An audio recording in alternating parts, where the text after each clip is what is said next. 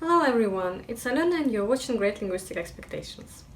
Last Saturday my friend and I went to a discussion arranged by the Finnish Institute here in St. Petersburg, and it was about the lifestyle of the Nordic countries. They invited several Nordic experts and they discussed how their lives are different comparing to each other depending on the country, and also they presented the general outlook on the notion of the Nordic life, the Nordic lifestyle. There were 4 speakers. They invited Annette Jacobsen, she's a researcher from Denmark. Then there was Henrik Berggren, a journalist from Sweden, and 2 Finnish authors, Joanna Nylund, she has a book about Sisu, and Miska Rantanen, who has written a book about Kalsarikenni. And I should say the discussion was quite interesting. 2 hours went by very quickly, and once again I realized how huge the gap between the Nordic and the Russian lives is. But it's never good to focus on sad things, and I prefer to view it as an accelerator for my immigration. Switching to my impressions and thoughts on the subject. As for Denmark, I should say that hygge is definitely a thing that should be implemented in our lives. Because there can't be too many cinnamon buns and candles, can it?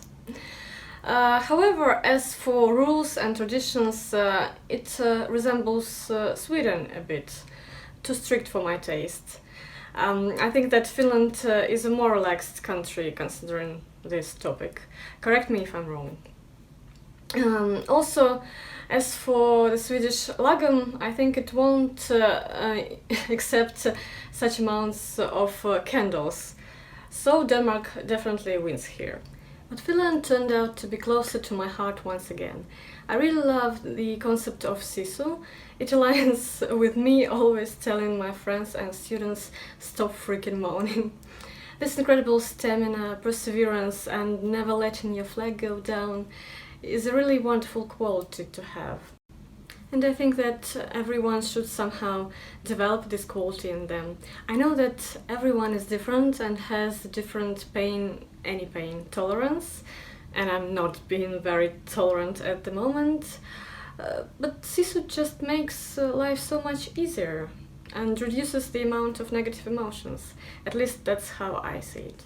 As for Kalsarikenni, I think it's a very popular practice worldwide, but Finns just were very clever to give it a name. However, not everyone necessarily uses woolen socks for it. I learned about it while I was babysitting my friend's cat. Cat sitting? Is there such a word? And I saw Mr. Rantanen's book and well, I read it in one sitting and I just had to open a bottle of wine while doing that. What I like most about Kalsarikenni is that you don't get drunk. It's just enough to relax and to declutter your mind. But be careful, a few more candles and it might turn into hygge. One of my favorite parts of the book is the one where 100 reasons for Kalsarikenni are listed. I especially enjoyed the ones like I've never been so old, tomorrow it's going to rain, or tomorrow it's Friday, Monday, Sunday or whatever. I still have some chips left, the space is infinite and so on. That was the most hilarious part of the book. In general, I should say that it's wonderful that nowadays so much attention is paid to the Nordic way of living, because it's absolutely beautiful. And the statistics can't lie, it's the happiest place on earth. So please tell me in the comments more about this way of life, share your thoughts on it, and maybe anyone can share some personal traditions like Kalsarikenni and stuff. I would be very happy and interested in this. So thank you very much for your attention, I'll see you in the next video. Goodbye.